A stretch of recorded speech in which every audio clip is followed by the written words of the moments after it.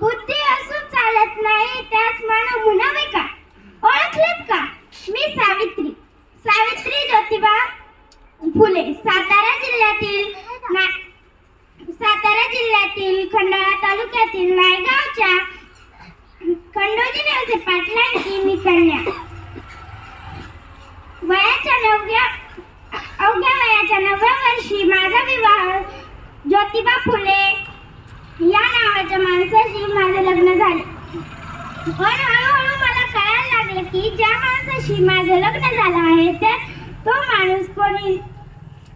माणूस कोणी साधा सुधारण नाही, तर या जगाला ऊर्जा देणारे क्रांतीसूर्य आहे.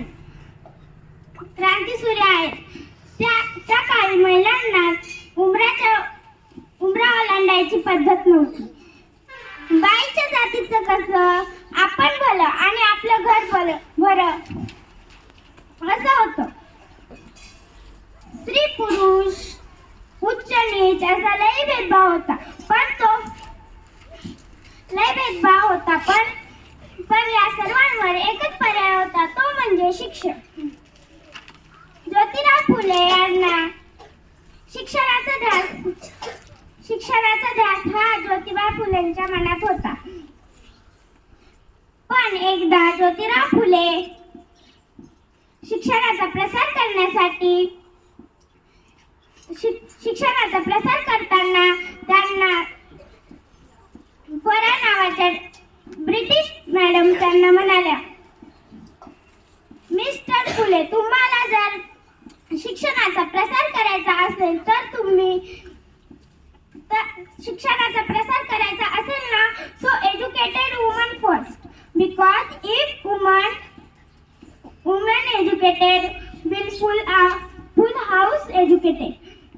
पण तुम्ही लोक वुमनला घराच्या बाहेरच पडू देत नाही. सो बॅड मिस्टर फुले. झालं, ते आले माझ्याकडे पाटी पेन्सिल घेऊन आणि मला म्हणाले, सावित्री, आजपासून मी तुला शिकवणार. झालं सुरू माझा अभ्यास. काना, मात्रा, विलांटी, आकार, उकार, बे के बे, बे दुने चार, बे त्रिक सहा, हाच ध्यास.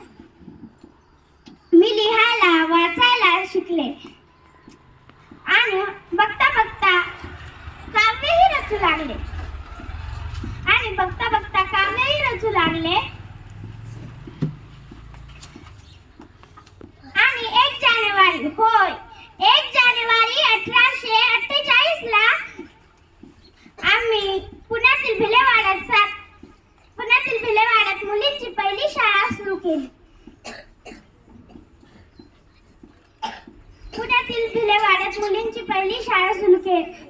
आणि मी पहिली महिला शिक्षिका व मुख्याध्यापक झाली. शेळीसारखे जगलात तर काम तमाम होईल. पण जर वाघासारखे जगलात तर नाव होईल. पण समाजाचं मात्र धर्म बुडाला असे कोल्हेकुई सुरू होती. जर एखाद्या सर्वसामान्य माणसाने शिक्षण घेतले तर धर्म बुडतो. कोणता धर्म बुडतो? धर्म हा तर एक तकलादू असू शकतो का इतका धर्म?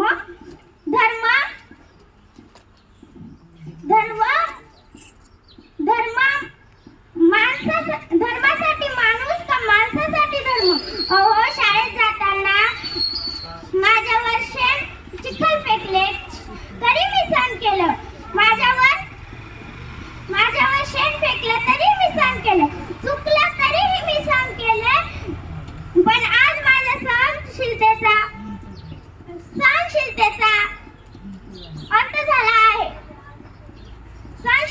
अंत झालेला आहे. अचानक एक धतिकर मानव माझ्यासमोर येऊन बोलला. धतिकर माणूस माझ्यासमोर येऊन बोलला, ए टवळे, कुठे निघालीस? आधी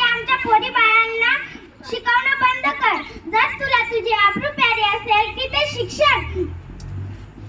कदाचित त्याला माहित नसावं की मी ज्योतिराव फुले परिवाराची पत्नी आहे.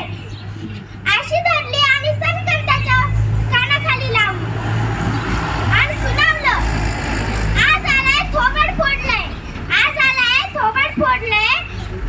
जर पुन्हा परत आलास तर तुझ्या रक्तानं ही धरती रंगावी. स्त्री कोणत्याही जातीची असो, ती सतत बळी पडत असते. जर एखाद्या स्त्रीचा नवरा वारला तर तिने सती जायचं.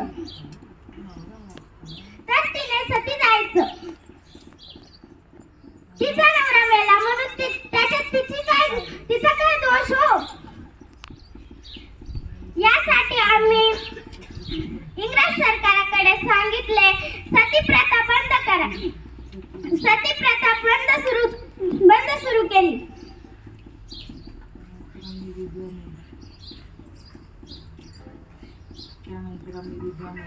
त्यानंतर आम्ही विधवा महिला काशीबाई यांच्या मुलाला म्हणजेच यशवंताला आम्ही दत्तक घेतले.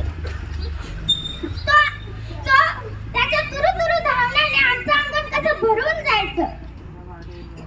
अहो, त्याच्या तुरु धावण्याने आमचं अंगण असं भरून जायचं. त्याला वाढवलं, मोठं केलं आणि त्याला डॉक्टरही बनवलं.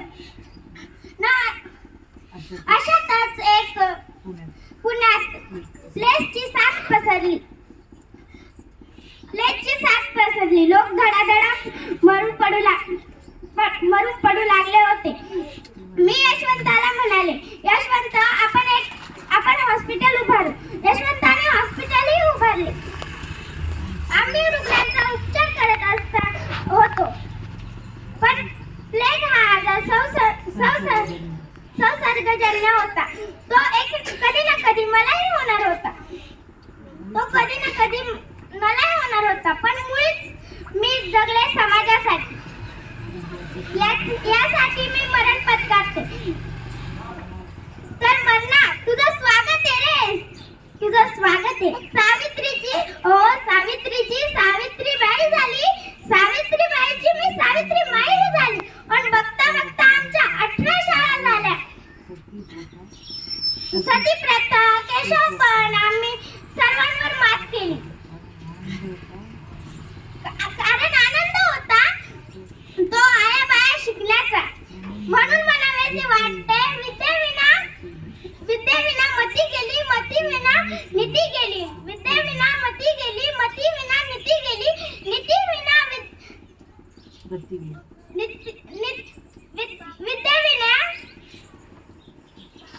गती गेली, गतीविना शूद्र खचली. म्हणजे एवढे अनर्थ एका अविद्येने केले. म्हणून म्हणते, मुलींना वाचवा, मुलींना शिकवा आणि या देशाची साक्षरता अधिक वाढवा. कारण एक मुलगा जर शिकला तर तो एकटाच शहाणा होतो. पण जर एक मुलगी शिकली तर ती संपूर्ण घराण्याला शहाणं करते. म्हणूनच म्हणते, मुलींना वाचवा, मुलींना शिकवा व देशाची साक्षरता अधिक वाढवा. एवढे बोलून मी माझे भाषण संपवते.